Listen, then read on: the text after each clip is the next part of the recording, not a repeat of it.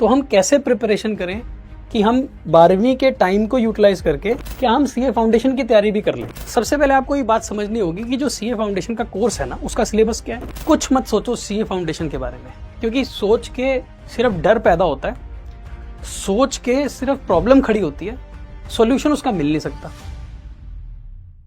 Hello बच्चों, कैसे हो आप सब लोग। उम्मीद है आप सही बच्चे बहुत बढ़िया होंगे और एकदम मजे में होंगे। तो बच्चों की ना एक रिक्वेस्ट आती है और वो ये जानना चाहते हैं कि सर हम भी सीए फाउंडेशन करना चाहते हैं, हम भी सीए बनना चाहते हैं। तो आप हमारे को एक बात बताओ कि क्या हम जो अभी बोर्ड एग्जाम्स की तैयारी कर रहे हैं, हम क्लास 12th में हैं, तो क्या क्लास 12th के साथ साथ हम सीए फाउंडेशन की तैयारी कर सकते हैं। तो हम कैसे प्रिपरेशन करें कि हम 12वीं के टाइम को यूटिलाइज करके, क्लास 12th के टाइम को यूज करके बोर्ड एग्जाम्स की तैयारी के साथ साथ क्या हम सीए फाउंडेशन की तैयारी भी कर लें। तो ऐसी कोई स्ट्रैटेजी बता दो, मजा आ जाएगा। तो यार मैं एक आपको बात बताता हूँ कि आप कैसे प्रिपरेशन कर सकते हैं क्लास 12th के साथ अपने सीए फाउंडेशन कोर्स की। तो सबसे पहले आपको ये बात समझनी होगी कि जो सीए फाउंडेशन का कोर्स है ना, उसका सिलेबस क्या है, और जो अभी आप क्लास 12th में पढ़ रहे हो उसका सिलेबस क्या है। भाई दोनों को सिलेबस को तो मैच कर लें एक बार। ऐसा ना हो कि इसमें बहुत जमीन आसमान का अंतर हो और आप दो दो चीजों को एक साथ पढ़ ही ना पाओ, है ना। क्योंकि यार क्लास 12th के सब्जेक्ट्स को पढ़ना खुद में भी एक चैलेंज ही है, वो भी एक आपके लिए तो एक ग्रंथ ही है, उसको पढ़ना इज चैलेंजिंग। और उसके साथ साथ मैं आपको बोलूं कि 4 नए सब्जेक्ट और पढ़ लो तो फिर तो मामला गड़बड़ हो जाएगा। तो समझते हैं पहले इस सारी बात को। क्लास 12th के अंदर मोटे तौर पर जो आप सब्जेक्ट्स पढ़ रहे हो उसमें एक आप अकाउंटेंसी पढ़ रहे हो, पार्टनरशिप, कंपनी और वो एनालिसिस ऑफ फाइनेंशियल स्टेटमेंट्स। फिर आप इकोनॉमिक्स पढ़ रहे हो, जैसे कि आपने माइक्रो पढ़ रखी है, मैक्रो, इंडियन इकोनॉमिक्स और स्टैटिस्टिक्स, है ना। हम इसको इकोनॉमिक्स मानते हैं क्योंकि आपने 11वीं में भी कुछ पढ़ रखा है और आप 12वीं में भी कुछ पढ़ रहे हो। तो माइक्रो, मैक्रो, इंडियन इको और स्टैटिस्टिक्स। और फिर आप पढ़ते हो मैथमेटिक्स। तो ये 3 सब्जेक्ट हैं आपके पास। मैथमेटिक्स हर बच्चा नहीं पढ़ता, कोई बच्चा अप्लाइड मैथमेटिक्स में पढ़ता है और कोई बच्चा नॉर्मल वाली भी पढ़ लेता है। अब पॉइंट उठता है कि सर ये अगर हम तीनों सब्जेक्ट पढ़ रहे हैं तो एक बच्चा ऐसा होगा जो ये तीनों सब्जेक्ट पढ़ रहा है, मैथ्स इंक्लूड करके, है ना। उस बच्चे को सिंपल सी बात बताऊं तो देख, यही अकाउंटेंसी आगे जाकर अकाउंटिंग का सब्जेक्ट बन जाता है सीए फाउंडेशन में।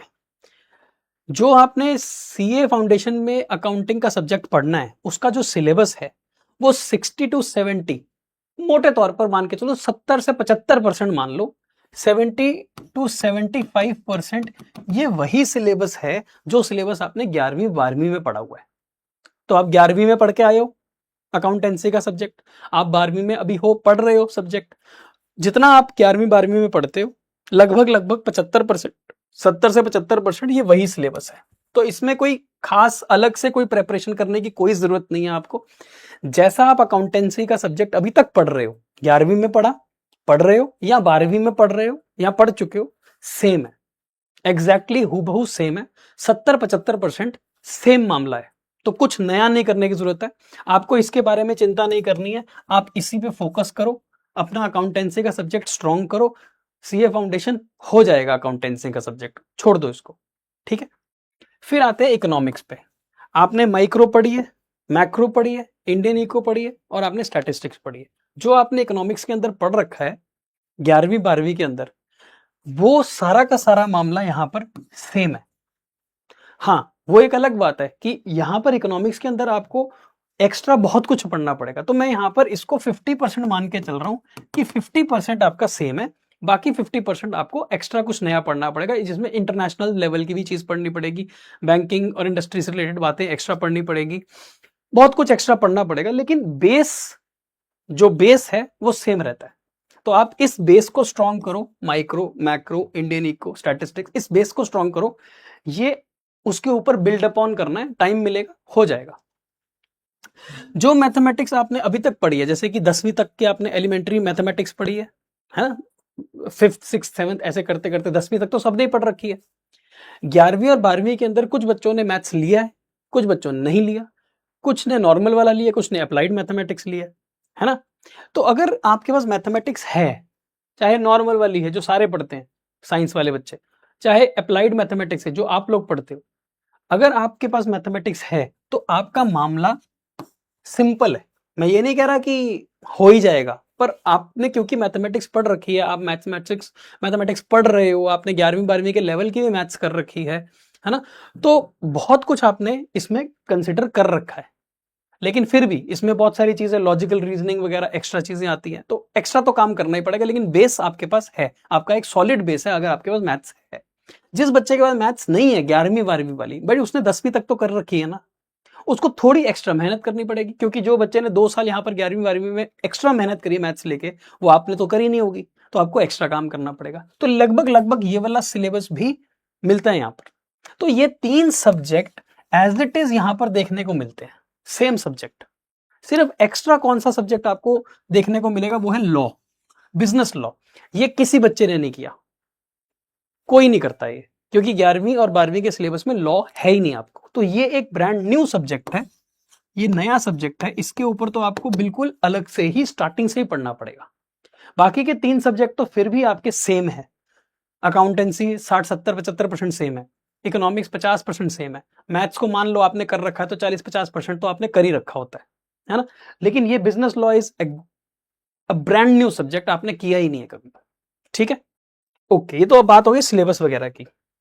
अब आती है स्ट्रेटेजी की बात कि सर हम करें तो करें क्या, है ना? तो देखो, अभी हम बेसिकली जुलाई 2026 में खड़े हैं, ठीक है? आपका बोर्ड का एग्जाम खत्म होगा मार्च 2027 में, मैं पूरा मार्च 2027 मान के चल रहा हूँ, ठीक है? तो यार अभी जो जुलाई से लेके मार्च तक का महीना है ना, मतलब अभी ये जो आपके पास 8-9 महीने हैं, इसमें तो आप पता क्या करो, इसमें तो आप फोकस करो बोर्ड एग्जाम्स पे। कुछ मत सोचो सीए फाउंडेशन के बारे में, क्योंकि सोच के सिर्फ डर पैदा होता है, सोच के सिर्फ प्रॉब्लम खड़ी होती है, सॉल्यूशन उसका मिल नहीं सकता। तो आप बस फोकस करो बोर्ड एग्जाम्स पे। जो मैंने आपको बताया कि जो सिलेबस आपके पास अकाउंट्स, इकोनॉमिक्स और मैथमेटिक्स का है, वो लगभग लगभग वहां पे तो है ही है ना, वो तो है ही है वहां पर, एक्स्ट्रा और भी बहुत कुछ है, लेकिन इतना तो है ही है। तो यार ये सब्जेक्ट आप फोकस करो बोर्ड एग्जाम्स के ऊपर, ये सब्जेक्ट्स के ऊपर तो बिल्कुल बोर्ड के बारे में सोचो, कुछ नया मत सोचो। कॉन्सेप्चुअल क्लैरिटी के बारे में सोचो, जो चीज आप अकाउंट्स में पढ़ रहे हो, जो चीज आप मैथ्स में पढ़ रहे हो, जो चीज आप इकोनॉमिक्स में पढ़ रहे हो, उसकी कॉन्सेप्ट बिल्कुल घोट घोट के पी लो, मतलब इतना वो स्ट्रांग हो जाए कि आपको दोबारा उसको ना पढ़ना पड़े, सीए फाउंडेशन के लेवल पे उसको किताब ही ना खोलनी पड़े, इतना कॉन्सेप्चुअली स्ट्रांग कर लो, ठीक है? कॉन्सेप्ट आपका स्ट्रांग होना चाहिए। फिर और काम करना पड़ेगा आपको अपनी एक्यूरेसी और स्पीड के ऊपर, क्योंकि क्या है ना कि जो हमारा सीए फाउंडेशन का एग्जाम है, वो लेंदी एग्जाम होता है, वो सीबीएसई या आईसीएसई वाले एग्जाम नहीं है बोर्ड वाले, वो लेंदी है, बड़े एग्जाम्स हैं, ठीक है? उसमें टाइम वही 3 घंटे 2 घंटे मिलेगा, और 2 सब्जेक्ट ऐसे हैं, मैथमेटिक्स और इकोनॉमिक्स, जो एमसीक्यू फॉर्मेट में है, एबीसीडी एमसीक्यू फॉर्मेट में, वहां पर तो स्पीड मैटर करनी शुरू हो जाती है।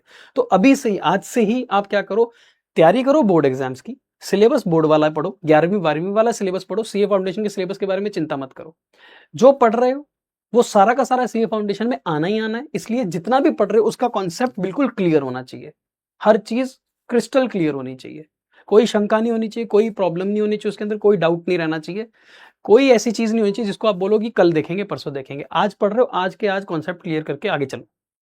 तीसरी बात, आप अपनी एक्यूरेसी और स्पीड को मेंटेन करो। मैं ये कह रहा हूं कि पहले एक्यूरेसी बाद में स्पीड, हम उल्टा कर देते हैं। हम क्या करते हैं सर, हम फटाफट से आंसर निकाल देंगे, लेकिन आंसर गलत निकाल देंगे। तो स्पीड क्या करेगी, पहले एक्यूरेसी पे काम करो, पहले कॉन्सेप्ट क्लैरिटी पे काम करो, पहले ये काम करो कि जो सवाल आया वो सवाल सही तरीके से उसको अटेम्प्ट कर रहे हो, चाहे एक्स्ट्रा टाइम लग रहा है। जब आपकी एक्यूरेसी मेंटेन हो जाएगी, जब आपका हर सवाल सही होगा, फिर हम स्पीड पे काम करेंगे। 8-9 महीने हमारे पास स्पीड पे काम करने के लिए, तो हम धीरे धीरे अपनी स्पीड पे फोकस करेंगे, हम टाइम मैनेजमेंट करना शुरू करेंगे, accuracy with speed and time management. Last चीज जो आपसे मांगी जा रही है इन 8-9 महीने में, वो है आपका सिटिंग टाइम। हमारे को क्या होता है ना, हमें बैठा नहीं जाता, हमसे हमसे टिक कर 3 घंटे 4 घंटे एट अ स्ट्रेच पढ़ा नहीं जाता, बड़ा मुश्किल हो जाएगा।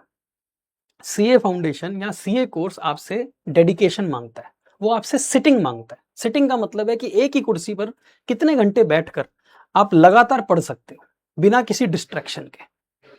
अगर आपका जो सिटिंग टाइम है वो 1 घंटे से भी कम है बेटे, फिर तो आपको बढ़ाना पड़ेगा, आपको कोशिश करनी पड़ेगी, पहले आप आधा घंटे से 1 घंटे पर पहुंचो, 1 घंटे से 1.5-2 घंटे पर पहुंचो, 2 घंटे से 2.5-3 घंटे पर पहुंचो, 3 से 4 घंटे पर पहुंचो।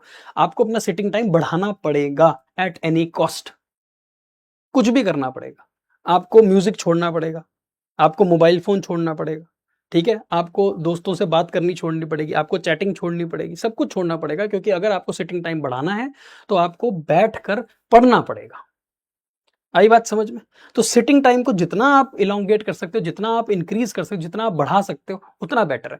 स्टार्ट करो 1 घंटा, फिर सवा घंटा, फिर 1.5 घंटा, फिर 2 घंटा, धीरे-धीरे आदत डेवलप होगी। आदत डेवलप करने के आपके पास बहुत टाइम है। ये चीज़ तो आपको बोर्ड में भी करनी पड़ेगी ना, तो ये डुअल काम हो जाएगा आपका। एक तो बोर्ड की तैयारी अच्छी हो जाएगी, दूसरा क्योंकि आपने बोर्ड के लेवल को अच्छे से तर्क कर लिया, तो सीए फाउंडेशन का लेवल उसी के आगे बढ़ना है, ठीक है?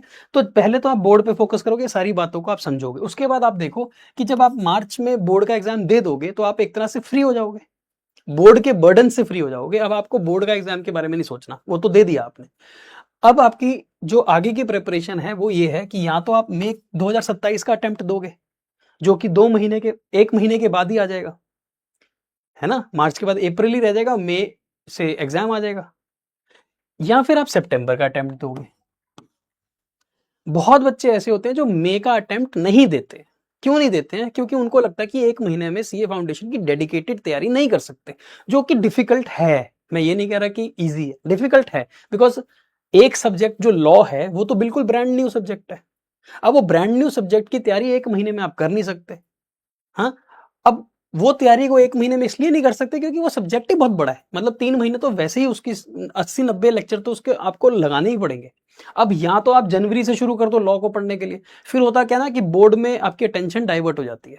फिर बोर्ड में जो आपने करना था वो आप शायद कर नहीं पाते, क्योंकि जनवरी, फरवरी और मार्च, फरवरी मिड से बोर्ड शुरू हो जाएगा, और जनवरी के बाद आपके प्री बोर्ड असेसमेंट, वाइवा, है ना, वो सारी शुरू हो जाती हैं। तो मुझे लगता है कि इट बिकम्स वेरी डिफिकल्ट कि आप मे अटेम्प्ट को केटर कर सको वो आप अपने हिसाब से चेक कर लेना।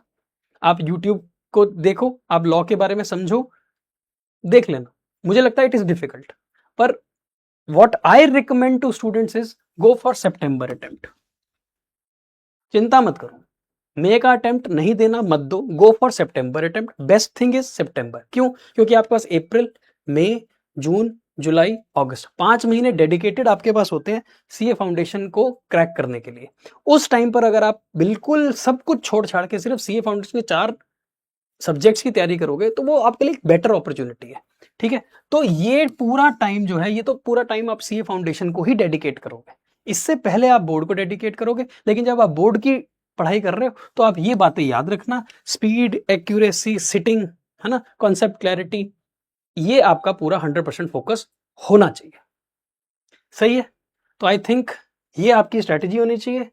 एंड बस अभी तो पढ़ाई करो, keep learning, keep growing, enjoy the process, डरना नहीं है, और आराम से बोर्ड की तैयारी करके जब फ्री हो जाओगे फिर अपने सीए के ऊपर फोकस करना।